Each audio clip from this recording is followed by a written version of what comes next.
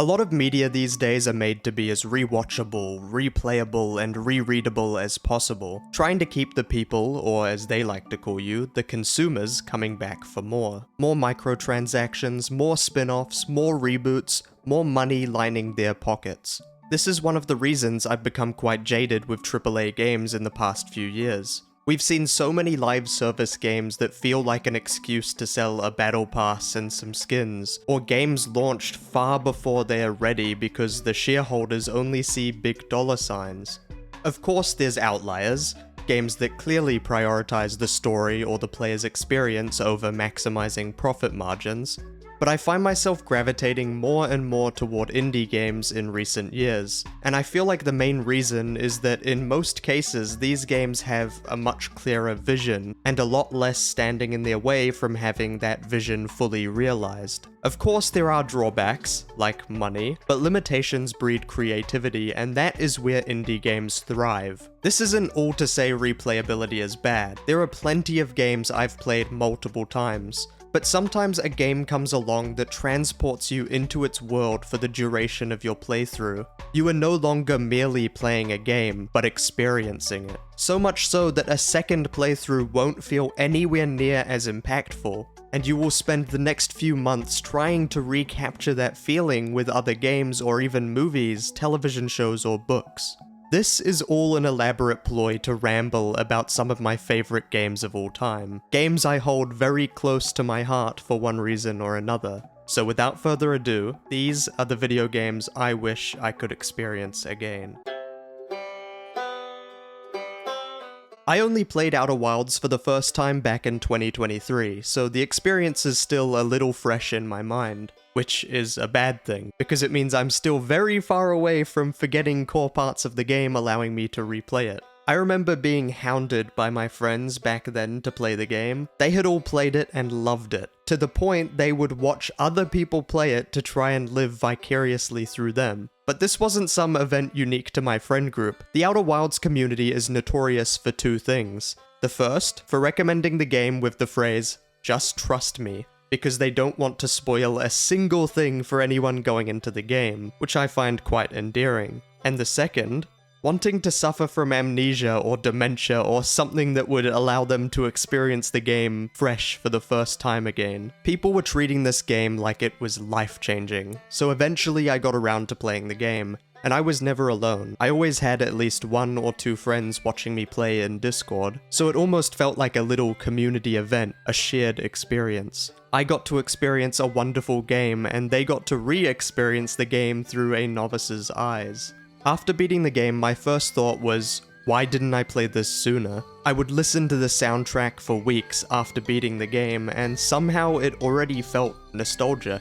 The main theme felt like a song I'd known for years. It was almost like the song had nostalgia baked into its DNA. And like anyone who has played Outer Wilds, I don't want to spoil the game, so I'm going to tread lightly with this last send-off. Outer Wilds gameplay is retrospectively very satisfying. When you finally put two and two together and find out how to progress, it feels earned. The whole world feels so meticulously crafted down to the finest details.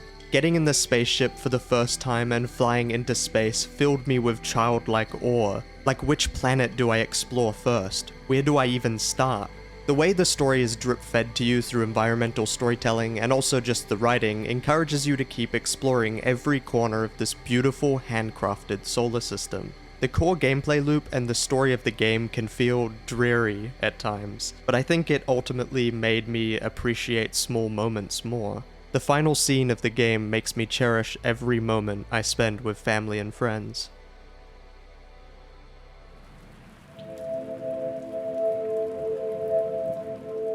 Rainworld is a strange one for me. My friend Rulesinator introduced me to the game. I played for about 4 hours, got stuck in Shoreline, and gave up. But I didn't fully drop the game. When my friends and I would drink, we would play Rainworld arenas and yell at each other. At first, we would all play in person, projecting the game on our wall in our flat. It's such a strange but wholesome memory to have linked to a game like Rainworld. As we all moved away, we continued to play arenas as a drinking game, but now just online. One time I recorded one of our sessions and made a small edit to post on YouTube, expecting absolutely nothing, but it blew up and I just kind of became a Rainworld YouTuber from then on. I couldn't be posting Rainworld content without beating the base game, so of course I beat Survivor, but at this point I had already played through the game on Artificer for Rulesinator's video series, which meant I had a lot of the first time experience taken out of the first time experience. Despite that, it's easily one of my favorite games of all time. My only wish would have been that I experienced the game a little more blind on that first go-around.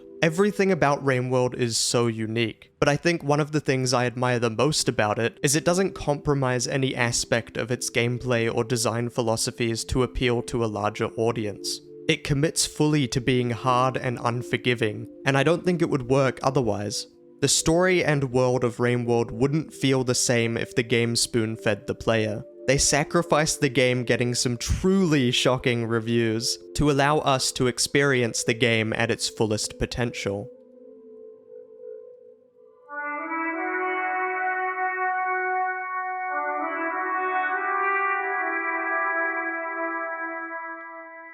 I played Disco Elysium for the first time 4 months ago, and there isn't a day that goes by where I don't think about this game. It might be too soon to say, but the game may have fundamentally changed the way I categorize my thoughts. The skill system in Disco Elysium is essentially different parts of the main character's brain. For example, logic, hand-eye coordination, electrochemistry, and my favorite, volition. There are 24 skills in total, and their main purpose is essentially, if you pass the skill check, they will chime in on the given topic or situation. This could be anything from a genuinely helpful piece of information to an unhinged comment about how much you want to drink and do drugs. Safe to say, this is the most accurate any piece of media has ever depicted just having a brain and thoughts and the human condition. Like, I don't know if this makes me weird or maybe a little too obsessed with Disco Elysium, but for weeks after finishing the game, I would have thoughts like, maybe I should drink tonight,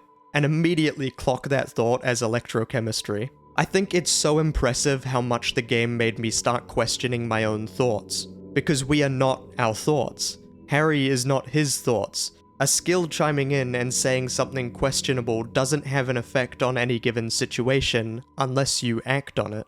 Honestly, this is going to sound insane, but playing this game is a good first step at understanding meditation, observing thoughts, labeling them, and then letting them pass. On top of all this, the game has phenomenal writing. There were multiple times where I screenshotted a wall of text because of how beautiful the writing was. I was initially hesitant to play the game because of the writing. It looked intimidating. But almost all the text in the game is actually voice acted, so it never felt like a slog to get through. But overall, the game blindsided me. Based on screenshots and videos, it didn't seem like my thing, but I couldn't put it down once I started. It immediately became a top 3 game of all time for me.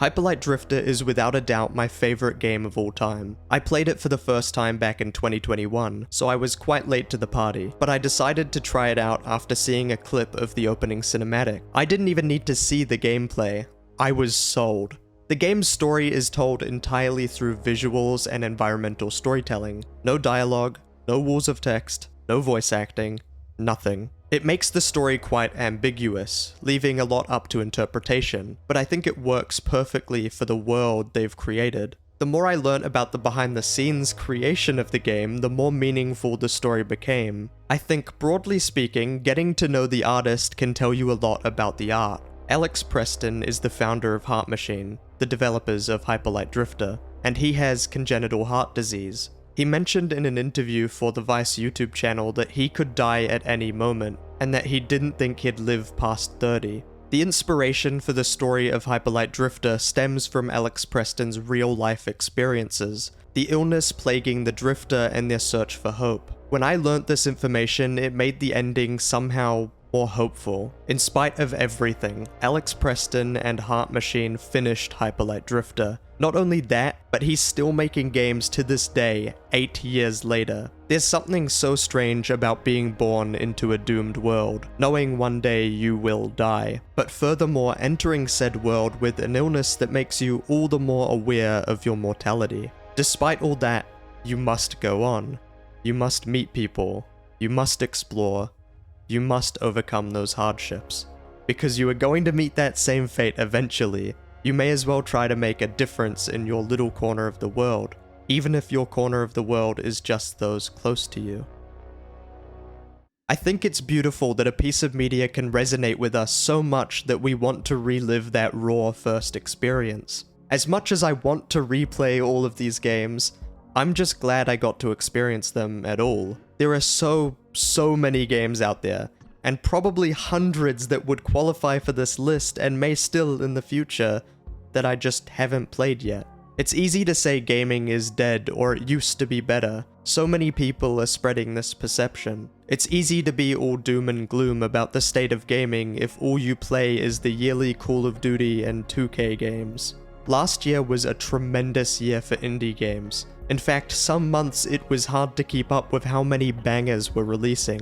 Like, here's my top 10 indie titles of 2024, and I didn't even get around to a lot that probably would have been on this list. I implore you to support indie devs, especially if you like any of the games mentioned in this video.